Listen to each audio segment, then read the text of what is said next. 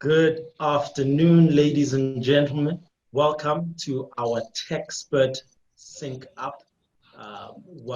This is more like tricks of the trade. Actually, we will be talking about marketing. And before we do go into that, this is a masterclass and a workshop. So really want to see your engagement. Please feel free to drop your thoughts in the chat as well as in the Q&A, where we will have some time towards the end of the session get to those. So welcome, and without further ado, we do have an exciting guest today. Giving us a masterclass is Mr. Leon Latachan, who is a conversion optimization specialist, because in a world where we are hyper-connected say content, information, marketing can be ubiquitous, it's not easy to riff-raff through the white noise. And there are different approaches that you can have in order to find the value and create the value in your marketing. So that comes in the conversion, and that's what we'll be going in. I want to hand over to Leon to give us more into that. Thank you so much, Leon, for joining us. Really looking forward. And please, over to you. Thank you, Wintu. And good afternoon to everyone in the room. So, yeah, innovation is I love the word innovation.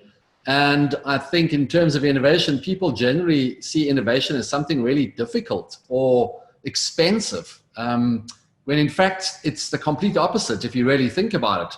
And I'd like to show you some of that today. So what is this word innovation really about? I mean, innovation means simply a new idea, a new method, a new system, a new process, or a new device. And the second definition, and this all comes from the Merriam-Webster dictionary, is the introduction of something new. That's as simple as innovation is. So if you're doing something new, that is classified as innovation. So I have a question for you. I'm not sure I'm going to be able to see your answers, but it could be a rhetorical question if you just want to sit back and ask yourself this question. And I don't know who's in the room. I don't know if you're in sales. I don't know if you... But every company is selling. So even if you aren't in the sales process, within your company, there must be someone who is selling something or marketing something. And the question is, do you believe that you are innovating throughout your whole sales cycle and your marketing cycle? And in other words, is your sales and marketing cycle innovative, flawless, and magnificent?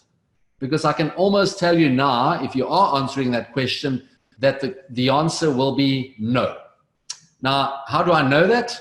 Well, I've probably spoken to about 12,000 business owners in the last 4 months via webinars, and it's always the same stories, it's always the same problems, it's always the same issues that they're going through, and obviously everyone is going through COVID right now. So very briefly, my name is Leon Latachan. I was the CEO of independent newspapers on their digital division. So I got into the online space in 1999. I then founded a digital agency called Purple Cow. I sold that a couple of years back to Yellow Pages and Telcom. I now work as a conversion optimization specialist. And my web address is leonlatachan.co.za. That's basically my business. And I'm also very lucky and privileged to have spoken around the globe. I've been in 22 cities, mainly in Africa and Middle East, as far as Qatar and Bahrain, which has the highest GDP in the world and per capita income in the world.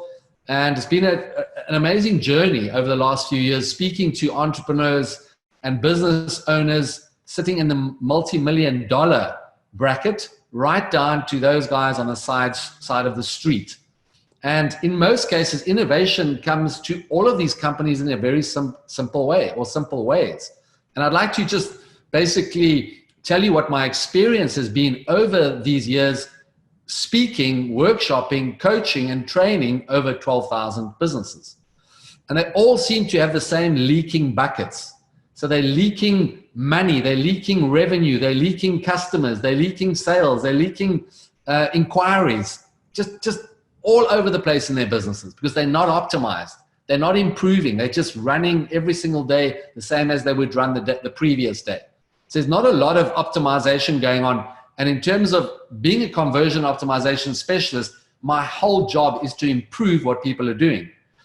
And why is this? Because there are no new ideas. When I say there are none, obviously there are some coming up. But generally speaking, of these businesses that I've worked to or spoken to, they generally stay that what you do today is what you did yesterday. Very seldom do you have an innovation meeting. Very seldom do you have a new ideas meeting. Very seldom do you sit down and look at your sales cycle and see how do we improve it. Very seldom do you sit down and look at your marketing and see how you can improve it. In other words, no innovation. So it's all about logic. So what I want to take you through today is a logical sequence of events. And I want you to come with me on this little story about this guy called Hilton. And Hilton is someone I met when I was looking to paint my apartment. And someone connected me and said, look, you must use Hilton. He's really good. He's really struggling at the moment. Please, let him at least quote. He came, he quoted for my apartment. His quote was 4,000 Rand. I gave him the job. He painted my apartment. I paid him the 4,000 Rand. And I said, Hilton, what's going on? I hear things are struggling. What is struggling in your world, Hilton? And Hilton said to me, 4,000 Rand a month is his average salary, and that is what he's struggling with. So I said, you know what? Let's do something new. In other words, let's innovate for Hilton. So the first question, well, what I'd like to suggest to you is that this is a fairy tale. And I want you to come on this fairy tale with me, because this fairy tale actually leads to a real story with real outcomes. But it started as a fairy tale because I had no idea where it was going, but I was excited. I got hold of Hilton. I said, come, I'm going to help you. Let's go on a journey together. So the journey started with looking at ways to innovate in Hilton's business. And I'm going to touch on 5 of these innovation ideas. Sometimes I call them growth hacks. And innovation, as I said, is doing something new. Hilton was never doing anything. He didn't know. Hilton was just there. Please, someone come and use me as a painter. So I said, let's look at precision targeting. So what does precision targeting mean to you as a business? How often do you sit down and say, well, I can supply all of those people with my services and my product, but that's not my ideal customer. My ideal customer is that guy. Yes, I can service the others, but that man, he's my perfect customer. And that's precision targeting. Unless you have a budget of $40 million, you cannot reach everybody. So why do you want to spend all your money on everybody when you can spend all your money on your precision audience? So I'll give you an example. This is a quick, just to show you. If you target someone, I say to people, who's your customers? Lawyers. And I go, really? Lawyers are your customers? Where do they live? What suburb are they in? Are they solo, or are they in a big group? Do they do litigation, or do they do divorce? Do they have a CRM system? So ultimately, what this company is looking for is lawyers who live in country A, suburb A, who work solo, who do litigation, and who do not have CRM. That's their perfect customer. Now they must go after those and exhaust their budget on working with those customers, and then they can go to suburb B once they have exhausted their perfect customer environment. And this is innovation. Why is it innovation? Because companies do not do it. They throw their money out in marketing.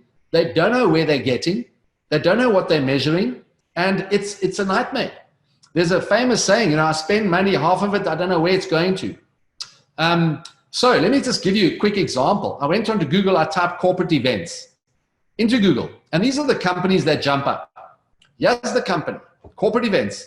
I can't even see the word corporate on their front page. So it makes no sense when I land on this website. And let me quickly give you a statistic which you may not be aware of. 95% of websites do not work. 95% of websites do not bring significant business to the owner of that website. How do I know? Because I've asked over 12,000 businesses. And this is the reason. So I'm looking for corporate events. I find this one. So it says there, we open on standby, but it says about us, our services. There's nothing that says corporate events. So I don't even know if I'm on the right page. I land on this one. It says events planning and coordination, Cape Town, Overberg, and Winelands. Yes, it's got events at the top, but it's also got weddings. Where does corporate come into this website? Then we go to this one, and they got Megara corporate and Megara wedding, but it's not precision targeted. That's the problem. So let me give you a quick example of precision targeting. Let's say I have a company, it's called Leon's Events Company, and I'm marketing my corporate events side of my business. Someone lands on my web page, there it is, it says corporate event gurus. Now someone else who's searching for weddings lands on my other website that says wedding specialists. And someone who's looking for product launches lands on my other website which says product launches. But in fact, all three of those pages belong to one website. But can you see the difference? When I'm searching for product launches and I land on this page is going to convert every time against the other 4 pages I showed you. Purely because it's contextual. I'm searching for product launches, I find a product launches website. 99% of websites do not do this. So that's the first thing we looked at. Here's a classic example in international. WeShootBottles.com. These are photographers. That's a business that does photography. It's a brilliant example. They shoot only bottles. I mean, so they are the experts at bottles, but they also have another website saying WeShootCans.com. So when you want to shoot a can, when you're Heinz and you want to shoot a can, do you want to use a wedding photographer or do you actually want to use a can photographer? I hope this is making sense to you. I can't see you. I don't know what you're saying. So let's hope it's all making sense. So first thing we looked at is who do we target for Hilton? Hilton's in Cape Town. We started targeting who we're going to go to. We're going to go to people in Cape Town. We were quite broad with Hilton, but there was a method to that madness. Right, then we looked at Hilton's online presence. When I met Hilton, I said, do you have a website? He said, no. I said, well done for not buying a website because 95% of websites do not work. But let's do something new, Hilton. We're going to give you an online presence. So why? Because a website typically wants visitors, it wants customers. And if you do the sums, 100 visitors, 10 leads, 2 sales. That's what we call a conversion rate of 2%. Now, why am I showing you this diagram? Because throughout the world, you're lucky if you convert at 2.35% on your website. Most of you will not even know what your conversion rate is on your website. How do I know? I've spoken to 12,000 companies over the last few months. The average website converts at 2.35%, which ultimately means every 100 visitors to your website, you're lucky if you get 2. So I said to Hilton, you're lucky you don't have a website. But what we will do, what is the solution? Because websites are actually a joke. If you think about it, what you've spent on your website. Now, yes, there'll be some websites, the big corporate websites might be doing well. But I've worked with a giant of a website in South Africa. One of the biggest companies in South Africa, their conversion rate was 1.8%. And they have over 1 million visitors a month.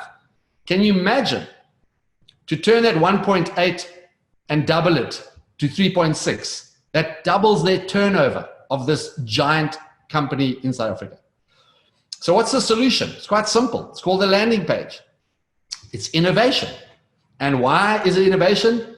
Because 95% of companies don't use landing pages. And what is innovation? Doing something new. So it's a web page. It's a one-page web page. What is it about? It has one product or one service on it. That's it. You cannot put 2 products. You cannot put 2 services on that page. It has one conversion goal only. You can only do one thing on that page. Normally it's buy or contact me. I want a quote. No choices. So if you've got 2 services, if you're a financial company and you're selling medical aid and life insurance, on the life insurance page, I cannot see that you sell medical aid. Now, you may not understand this, and you might go, it doesn't make sense. I don't have the time to tell you why that is so important. You must match your visitors' intent. In other words, whatever they're searching for, you must give them. So as I showed you with the corporate events page, if I'm searching for product launches, I want to land on a page that says product launches. If I'm searching for weddings, I want to land on a page that says weddings. That's matching your visitor's intent. So I'll give you a quick example. It'll illustrate it beautifully. This lady here is hungry, this little girl. She loves bananas. So what does she do? She goes to Google and she loves organic bananas. She types in organic bananas. As you can see, she sees a listing that says organic bananas. She clicks on organic bananas. She lands on a page where there's an organic banana. I'm going to ask you this rhetorical question. What is the conversion rate of this page? Some of you are saying 100%. Some of you are saying 90. Some of you are saying 50. Because she wants a banana, she searched for banana, she landed on a page with a banana with a good price. The chances of buying that banana are very high. So if you are saying 100, 20, 30, 40, 50, 60, 70, 80%, then my question to you is, why do most websites convert at 2%? Why do most websites convert at 2%?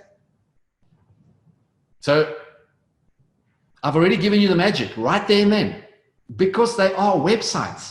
And they're not built to convert. There's no innovation in them. It's welcome. We've been around for 50 years and all this rubbish on the website. When all the client wants is to see what they came there for. But this is why it's 2%, because we throw the whole fruit salad at them when they come to our website. So our innovation for Hilton was to build you a simple landing page. That's it. And we target one audience with one product, and that is painting. The third item in terms of value, in terms of innovation is absolutely vital. It's called the value proposition. And why is it so important? Because your value proposition is innovative because most companies don't even know what it means. So if you have no idea what this means, which I can tell you now, 99% of you will not know exactly what it means. And why do I know that? I've asked over 12,000 people, and one person was able to define the word value proposition sitting in Jordan in the Middle East. And here's the question that the value proposition answers you as a business. If I am your ideal prospect, why must I buy from you rather than your competitors? And very few companies can answer that question. Because mostly what jumps into their heads, I give superior service. So you give superior service, so you believe your opposition gives really shit service. Yes? No? Oh, yeah, well, are they going to say that? What are they going to say, right? So the idea is, this is the formula for value proposition, which I don't have time to go into, but it's not a simple task. Now, it all comes down to, why do people say yes to buy from you rather than your competitor? And if you can do something new, if you can have a new system, something different, you are innovating. So this is the normal funnel: awareness, interest, desire, action. If you're in marketing, you know this. It goes back years and years and years. But this one is actually quite wrong, because this means people are falling in your funnel, down, down, where in fact, you're pushing them up your funnel and they're falling out. Why are they falling out? Because you're not converting them. So all those M yeses are micro yeses. I land on your website, that's a yes. I click to see a product, that's a yes. I search around, I click to see another, that's a yes. They're moving the yes, you're going up your funnel. I inquire on your website, that's a yes. You call me back, that's a yes. I say quote, that's a yes. I buy from you, that's a yes. The problem with, not the problem, the challenge with this model is that you need one no and the whole system falls flat. So you have to get micro yeses to get a yes. So let me give you an example of value proposition. This woman is pregnant, she gives birth, she may have gained some weight, she may be feeling fat, she goes onto Google, she searches for personal trainer, she types in personal trainer offering nutritional advice who can help her. She comes across this guy called Charlie. Charlie, I'm a professional trainer, I give nutritional advice. That's what all the personal trainers say out there. Now, if you're an insurance company, if you are an events company, you're all saying the same. But then she looks further and she sees there's this guy called Leon. I'm Leon. I'm a personal trainer specializing in helping dedicated mothers lose up to 5 kilos in 30 days so they can look their best after pregnancy and eat the food they love. I can tell you right now, if I ask you the question, which personal trainer you're going to, it's 100% to Leon. Why? Because I have a value proposition. Now, maybe the other guy can do what I'm doing, but he's not putting his value proposition out there into your face. Now you say, but that's one product. Yeah, but you get the skinny guy who wants to build muscle. And he has low self-esteem. He also goes to Google. And he also finds Charlie, this good-looking Charlie boy. And then he finds Leon. And it says, I'm a personal trainer specializing in helping sportsmen bulk up by 20 kilos in 2 months so they can be more self-confident and have better self-esteem without feeling humiliated. Conversion rate, 100% to Leon, because I've answered that guy's intent. And this is what companies are not doing. We're not answering the intent. We have one answer for everybody. And you don't have one audience. You have different segmented audience which you need to speak to differently. You can't have one ad on TV and expect it to hit everybody. You can't have one ad on online or on print and expect it to hit everybody. You can't even have one website, I'm afraid. So what is the problem? Why do you buy from one of these ladies when you go to the market? They all smile at you. They all got strawberries, but which one do you buy from? That's what the value proposition is all about. So we created a website for Hilton, a landing page. It's about that long. It's got some testimonials, got some pictures. That's it. No big fancy website. Innovation. We made sure it works on mobile, which is absolutely critical because more people are on mobile than desktop. The impact of Hilton's landing page on his business is as follows. In his first month, I told you he was making $4,000 a month when I met him. In May, he made $5,000. In June, he made $12,000. In July, he made $19,000. In August, he made 25,000 Rand. A man who was making 4,000 is now making 25,000 Rand. And all we did was we spent 1,000 Rand a month for his marketing. We innovated. And let me show you, I still was not happy at 25. So what did I do? I looked again at everything that was going on. Let's innovate. So further innovation. What is innovation? Something new. So what did we do? We looked at his response system. I said, Hilton, when do you call these people? When they fill out your form, when do you call them? So what happens, but before I show you what Hilton, let me show you a non-existent response system. I was looking for a house about 4 years ago. I went online. I saw this house, beautiful. I wanted to buy it. I called the agent. She didn't answer the phone. I left a message. She never responded to my message. 2 days later, I called another agent. That agent picked up the phone, answered my call, sold me the house, and made 345,000 commission. The previous agent who did not answer the phone call, who did not respond to me, lost 345,000. That's the sad reality of not responding timeously. I'm not going to go through this because time is moving, but this is just on how to respond. So what I want to show you was, let's talk about the when to respond. So what happened on Hilton's website, when you fill out that contact form, not only do we send Hilton an email, we also send Hilton an SMS, but Hilton responded when he wanted to and when he could respond. So Hilton was closing, we sent him about 8 leads a month of 1,000 Rand. Hilton got 1 sale a month on average. He just got better clients as the money grew.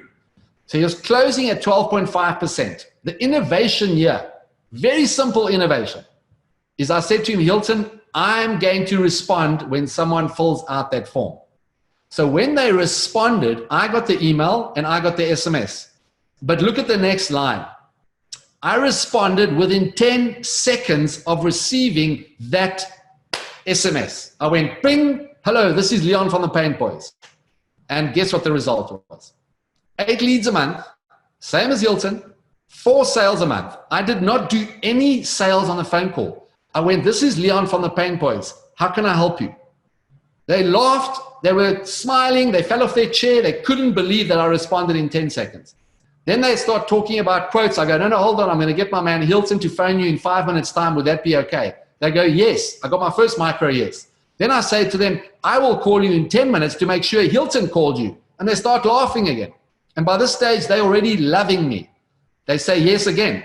I put the phone, I WhatsApp Hilton. Hilton calls him in 5 minutes. He tells me he's called them. I call them and I say, did Hilton call you? And they say, you know he called me. And I go, fantastic. Look at the conversion rate. There was no selling. online, nothing. I just responded in 10 seconds. Here's the results. 100,000 in September, close to 100,000 in October, close to 100,000 in November.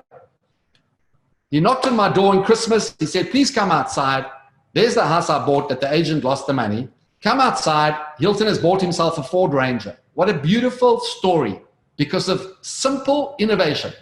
He then pulls out his phone for the very marked moment and says, look what I bought my brother. So he bought his brother a taxi. That is a beautiful, beautiful fairy tale that became reality. And Hilton was now in the pound seats with 2 vehicles because of simple innovation. The other part of innovation, and the last part of the story, is something called customer experience. Now, we all have heard the word customer service, customer experience, but do we truly deliver magnificent customer experience? What we forget to do is you've got something called customer experience, but that is when they are a customer. What happens before they are a customer? What do you call that? That's not customer experience. That's what I call prospect experience. It's a completely different and new way of dealing with people who are not yet your customers. So you have to get yourself a prospect experience system, process, whatever you want to call it, because it's very different to the way you talk to your customers. And the third thing comes down to your website, which is what we call UX, which is user experience. If your client does not like your website, they will not contact you. And as I said, 2% of websites are working, or you get a 2% conversion. It means 98 out of every 100 people leaves your website. So why is this important? The landing page gives us tremendous user experience, whereas a website does not. On a website, I've got to click and I've got to go everywhere. A landing page is simple. There it is. I want paintwork, fill it out, contact me. That's all the user wants. What is the other innovation? Prospect experience. The 10-second phone call is doing something and following up with Hilton phone and then me phoning again. I've never ever heard of that anywhere in the world, but you think it cost us anything apart from a little phone call. That's innovation at its simplest format. And you might think, but that's for Hilton. Oh, hold on. That's not just for Hilton. And the third thing is work. The customer experience. That's the work that Hilton delivers. Okay, but that didn't come in terms of innovation. That just Hilton went and did the work. So the result of simple innovating, targeting an audience, is innovation, because most people don't dig deep. Landing page is innovation. Throw that website of yours away if it's not working, or fix it up and build landing pages on your website. Your response system. Make sure you respond to customers. It is shocking what goes on in South Africa in terms of response rates. Try phone 4 plumbers, 4 electricians, 4 people for air cons. You're lucky if they come back to you. And then the value proposition. Why must I buy it from you rather than your competitors? Answer that question, because that's something new for you. And then the final thing is your customer experience. Create a prospect experience. Those people bought from us because I called them within 10 seconds. About, I would say, 40% of those people bought because we responded like this, because I know that the opposition was either not responding or phoning the next day. So if you think this only works for small companies, you would be mistaken. Because before I did this with Hilton, a few years back, I did this with an insurance company, and let me show you the results. And I can't disclose this insurance company because they do not allow me to. Their closing ratio, if you inquire with them online, if they responded the next day, they closed 17% of the business. If they responded within 4 hours, they closed 34% of the business. And if they respond within 30 seconds, they close 50% of their business. This is a couple of years ago, and I went and worked in their call center with their call agents. Over 68 call agents. So do not think this is a small thing for small businesses. My story was to show you that innovation is actually quite cheap, and you don't need huge software, you don't need huge budgets. You just need to do things new and optimize them. So innovation is actually simple. Just optimize. That's all I can tell you. And optimize simply means improve what you are currently doing, but spend time improving what you're currently doing. That's it. That's me. And I sincerely hope that you got something out of this and that you enjoyed the session. So, Buntu, thank you, my man. I think I'm on time. Wow. On the dot, 30 minutes. Brilliant. On the dot. Thank you so much, Leon. I think that was brilliant. The chats were engaging. People are finding it very exciting and a great presentation with some insights. I have a couple questions for you that we can go in from the Q&A. Perfect. And I want to start maybe with Victoria's question here. She's asking, what's the trending market strategy in South Africa this year? And do you think that it's possible to name one that is, say, across industry or industry agnostic? And in your view, what you're recommending to the guys as the trend? I saw that on the app, and I actually can't answer that question. And I'll tell you why I can't answer it, Victoria, is most companies are not doing the basics. What I've shown you now on this presentation, I have been doing for 15 years landing pages. And today still, I will present to 1,000 people on a webinar. And I can tell you now, lucky if 2 of them go and build landing pages. So it's not about what's trending. And trending means your audience. I don't know who your audience is. I don't know who your product is. I don't know what your service is. What I've shown you here is basic stuff. Let me tell you what should be trending. Landing pages should be trending. Because if you don't have a landing page, Victoria, you are losing business every single day of your life, depending what your business is. Fantastic. Thanks so much, Leon. I think that does cover, the aspect of the timelessness of this approach, and it being almost universal in a sense. And maybe we can take a step to Kyle's question that he just popped in now, which is, why do you think that companies struggle to fine-tune their marketing and their target market for that matter? And what would you say are the key points they should focus on? And he's trying to broaden the question by saying, there's so many channels, social media, print, websites, and so on. And some companies tend to think that they need to try and be everywhere, try and connect on all these channels. In your view, what do you think, they should focus on? And what's that process of connecting the segment and the channel? And what have you seen as one of the highest performing in these, let alone how businesses actually struggle to make that connection? So that's a fantastic question. And the first thing is you need to know, and in terms of my presentation, you need to know your audience, your precision audience. So let's just say in that picture that I showed you, my audience is 65-year-old men, right? It's my perfect client. It doesn't mean that I won't sell to a 55-year-old man, but my product is geared for 65-year-old Harry, who earns a certain amount of money, who lives in Gauteng, and he's retired. It's my perfect client. Now, what platform do I go to? Facebook, Google? Nah, based on my audience, I need to know where he hangs out. You see, so if you take Facebook and Google as an example, Google is a contextual platform. What that means is I'm going to search on Google for something. Facebook is a disruptive platform. I don't go to Facebook to look for ads. So if you're disrupting my feed, you need to hit me so you can target. The nice thing about Facebook is I can target a 65-year-old male. But when the ad opens up, it must say, are you 65 years old and are you male? That hits me. And I go, yes. And if no one sees your ad, you're not paying, right? So your platform is dependent on your target audience. But the question about how many do you go on, you know what? You got to find 1 or 2. You exhaust your budget on the ones that you, generally not 1. You got to go 2 because you got to compare. And if the one's outperforming the other, you drop the weak one.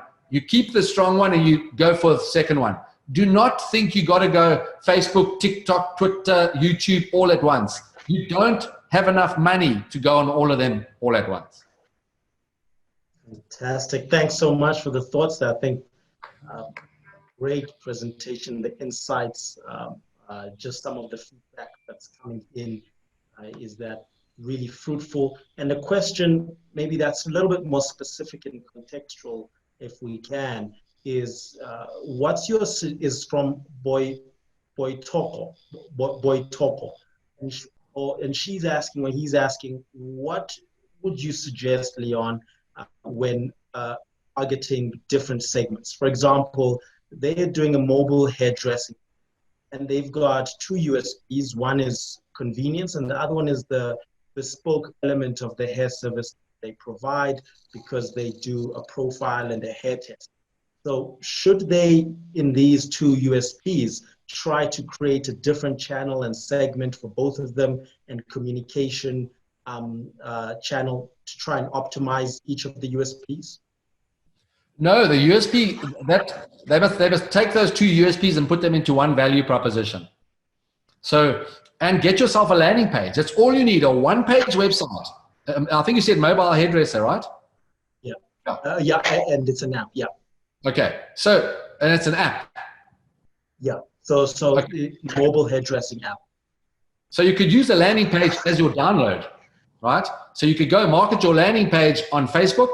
You can market it on Google, depending where your audience is. Obviously, I don't know your audience. And on the landing page, they come there and say, mobile hairdressers, we are the only ones who do bespoke hairdressing plus, what was the other USP, Buntu? The hair tests. The convenience. And the convenience, right? It's not a strong value proposition, because if there's other mobile hairdressers, they're going to say the same thing. But that's okay. You'll be the first one to actually say it because no one else talks about their value proposition. So when I land on that website, conveniently, we can come to your home. We do bespoke hairdressing, download our app, and that's it. That's your landing. So your landing page, the conversion goal is download the app, or forget about the app. Fill out this form and we'll call you. Or here's a calendar on the landing page, book your appointment and pay before you come to us. So there's lots of ways to do this. It's not just one right way. It depends where you are, where your audience is. If you're in a small community, then a leaflet may even be better than a landing page. You know, you go and hand out the leaflets. It's a one-on-one.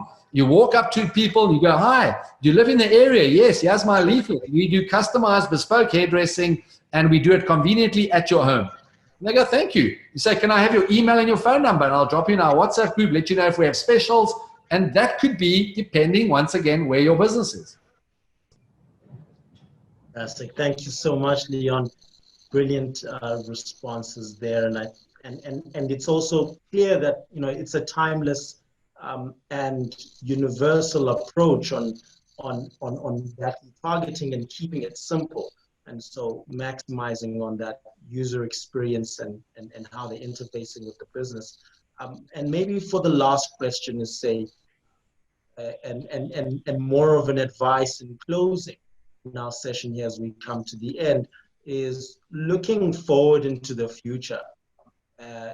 Whether you think that, you know, going forward, there's any evolution of other, say, tech that may come out to, like, you know, websites, of course, have been around for a long time, but going forward, is there other tech in marketing that you think is interesting? And what would then be your closing thoughts, just to remind the team and remind the attendees and the entrepreneurs about on how to keep coming back to the points that you've brought in here as they're releasing their products, growing their business, and doing their marketing? So, yeah, in terms of the future, so I'm not a futurist, and that's quite a big thing. You know, I don't want to predict. We no one predicted COVID, so it's very difficult to predict what's coming. And I'm not a futurist. I don't hang out with trends. I don't look at trends coming. I work with the absolute basics that most businesses are not doing. I've been doing it for, as I say, landing pages. If I told you, I've been promoting landing pages since 1999, 20 years. I've been telling people about landing pages. And that's one case study of Hilton's. I've got plenty of case studies where someone make 70,000 Rand, from 0 to 70,000 Rand on one landing page. Another client who made 0 off their website went up to 4 million off their website. So I stick to the basics. I'm not a trend watcher. I'm not a futurist. I apologize. I can't help you in that regard. What I would say is you got to go to the basics. Stop looking at what's out there and look what's in front of your face and say, I don't respond that quickly. I don't have a landing page. I've got a terrible website. It doesn't work. I don't have a value proposition. I don't have a precision target market. Because if you haven't got these things that I went through, you're not even doing the basics. So don't worry about the future. Thanks, Leon. Brilliant. Thank you so much for the insights, and thank you for your questions. To all the attendees, that is Thank all you the time we have for. It was a pleasure. It was absolutely brilliant. But we can, I mean, this will be on demand afterwards. So feel free to jump more questions later, and maybe Leon might get a chance to respond to those. So thank you again. Okay, Buntu, thanks so much, guys, and good luck and stay safe.